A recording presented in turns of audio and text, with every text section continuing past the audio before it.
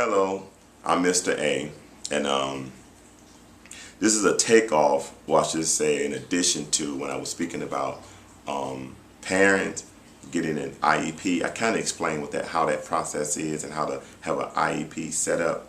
I wanted to add some more to that, because that's a great start as far as getting help for your child. Especially if they're challenged with a learning disability. Because for one, at this point, when I mentioned about being tested, having a child with the learning disability tested, well, the thing is that this testing that I was speaking of, that's outside of the school systems, usually the public school systems, outside their testing, this testing is will reveal exactly what's going on with this child. I mean, if your child is ADD or whatever the case might be, well, that test is going to point that out, that your child has a specific learning disability. And that's what you want to know. What specifically do your child have?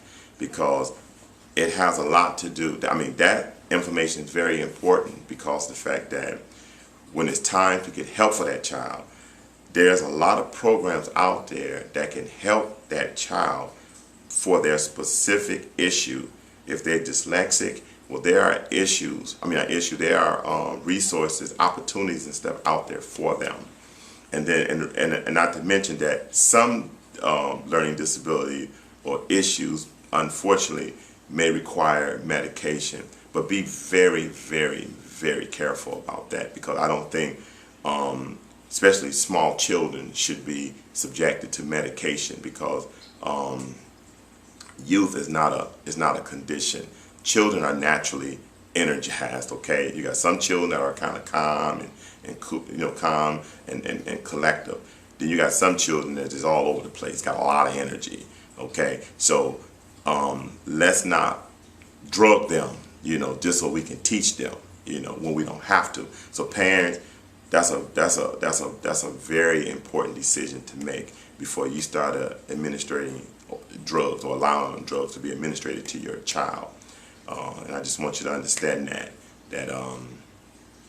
you don't want your child a zombie. Okay, that's a whole nother issue, because I'm not a physician, but I do believe that children should not be drugged unnecessarily, and that children are naturally full of energy.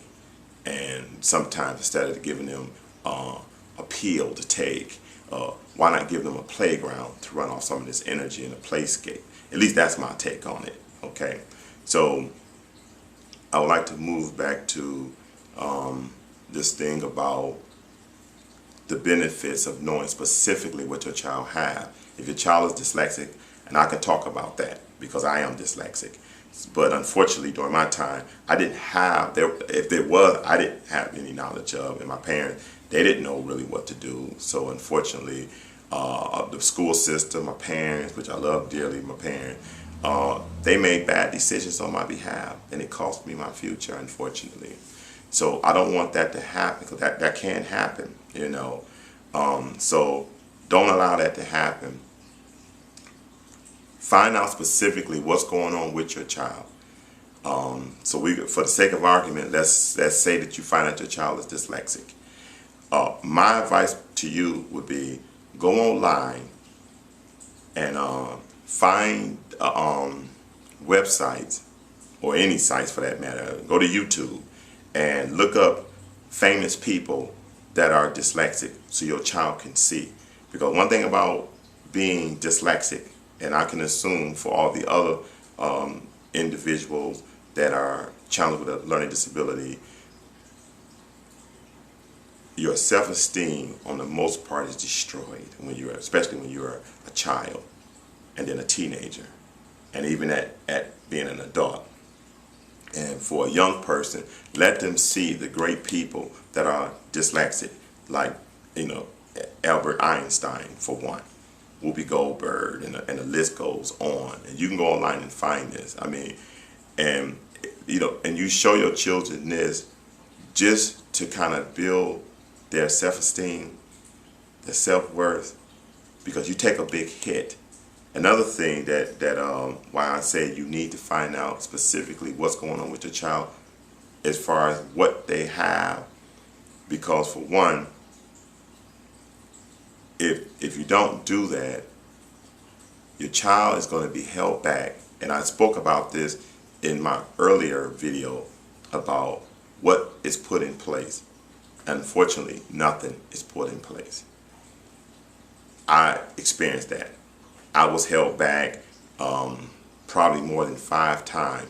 And I can tell you, honestly tell you, there was not anything put in place. Sometimes they might have some little teacher or something come in. I shouldn't say little teacher, but some teacher come in there, and like I might see maybe, I don't know, once, twice a month, or just every blue moon, that will pull the kid that was so-called slow, out of the classroom and go over with them with some little work here and there that really wasn't that significant. But anyway, there is no plan, especially then. I don't know about now, but I'm pretty sure that there still isn't, because I know of a situation right now with someone, unfortunately, could possibly have a learning disability, but nobody's doing anything about it. And this individual's grades are extraordinarily bad. And this person, unfortunately, is going to repeat a grade. And I'm going to do all that I can to help this individual. But in the meantime, I need parents to understand that when children are held back a grade, the so-called have them to repeat the grade, if they are challenged with a learning disability, do you think they're going to do any better? I mean, they still got the learning disability in place.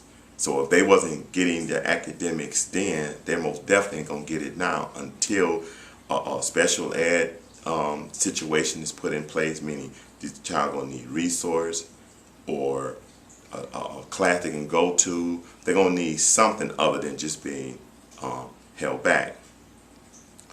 Another thing too, when it comes to all of this, that concerns me, and that is when it comes to a child, having a learning disability and being held back, it is very crucial to understand that you're talking about a child that is going to deal with some emotional scars that will unfortunately create this anti-social behavior when you have a child, and this is what's going to happen when children specifically are being held back.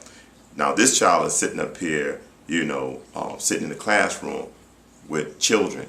They're not their peers. So trust me, and I'm speaking from a personal point of view or from a personal stance, and that is when you are a teenager or even a child in a classroom where unfortunately you're being called stupid and dumb, and the teacher sometimes in the classroom create that environment for so-called slow kids, lazy kids. At this point, when I mentioned about your self-esteem is shot, well, now you sitting up there in a classroom where your peers are gone, you're left behind. You can't even really communicate with children, because I was almost 18 in the 7th. Basically, I primarily was. But the thing is I had nothing in common with the people around me. So the only thing you can do is become antisocial. You can't have a relationship with children because when you're at 18, you're like an adult. Okay? So I can assure you, when you're holding children back, academics is the last thing on their mind that they want to fix. Think about it. They're sitting up there dealing with puberty, with all that crazy hormone stuff going on, and now look at these folks. I mean, not look at these folks, but now they have to deal with this inferiority stance that they're in, and being told that they'll never amount to stuff or anything, and that's bad for the children, So parents, please get on your job, get these children well tested, get the help that they need so that they don't grow up to work jobs or dead-end jobs or no job at all, and unfortunately become a second-class citizen, which is terrible because that's pretty much what happens to our children. Unfortunately, they can also wind up in the penal system because they can't fill out an application. So unfortunately, some of them go into getting into crime and stuff, and you don't want that. So please help your children. On that note, have a good one.